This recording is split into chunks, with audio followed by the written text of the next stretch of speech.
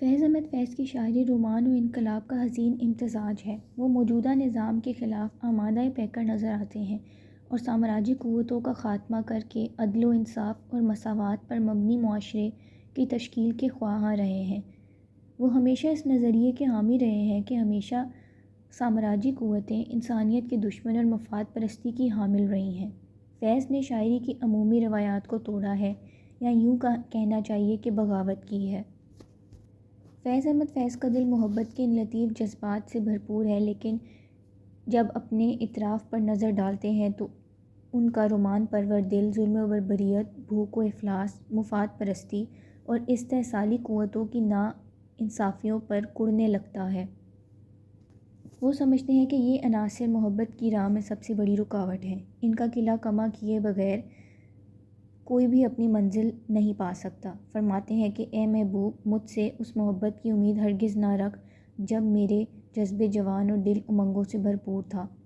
میں سمجھتا تھا کہ تیری محبت زمانے کی غم بھلا دے گی، اور تجھ پر نظر پڑتے ہی مجھے بہار کا گمان ہوتا تھا۔ وہ زمانہ کتنا حسین تھا جب میں تیری حسین آنکھوں کے سمندر میں ڈوب جاتا تھا اور سمجھتا تھا کہ ان آنکھوں کے سوا دنیا میں کچھ بھی تو موجود نہیں۔ اگر تو مجھے مل جائے تو میں سمجھوں گا کہ تقدیر نے پلٹا کھا کر میرے قدموں میں دم توڑ دیا ہے، کیونکہ حالات میری مرضی کے تابع نظر آتے ہیں۔ محبوب کی خوبصورتی میں اچانک فیض احمد فیض کا حساس دل گردش رواں کا شکار ہو جاتا ہے۔ وہ سمجھتے ہیں کہ محبت کا لطیف جذبہ بھی اسی وقت پروان چڑھتا ہے جب پیٹ میں روٹی ہوتی ہے۔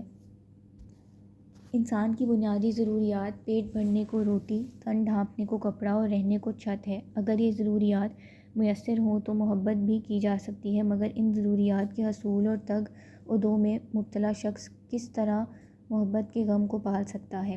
فیض احمد فیض ایک کہنہ مشق اور انسانیت پر گہری نظر رکھنے والے شاعر ہیں۔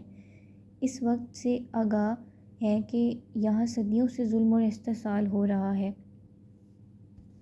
فیض فرماتے ہیں کہ اس زمانے میں محبت کے سوا بہت سے غم و دکھ ہیں، اور حساس انسان کی نگاہیں بار بار ان حقائق کی طرف لوٹ جاتی ہیں۔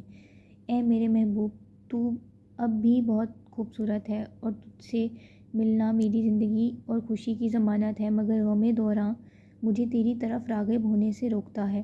اس لیے اس محبت کا مطالبہ چھوڑ دے، ماضی کو بھول جا اور مجھے ظلم و بربریت کے خلاف نبرد آزما ہونے دے۔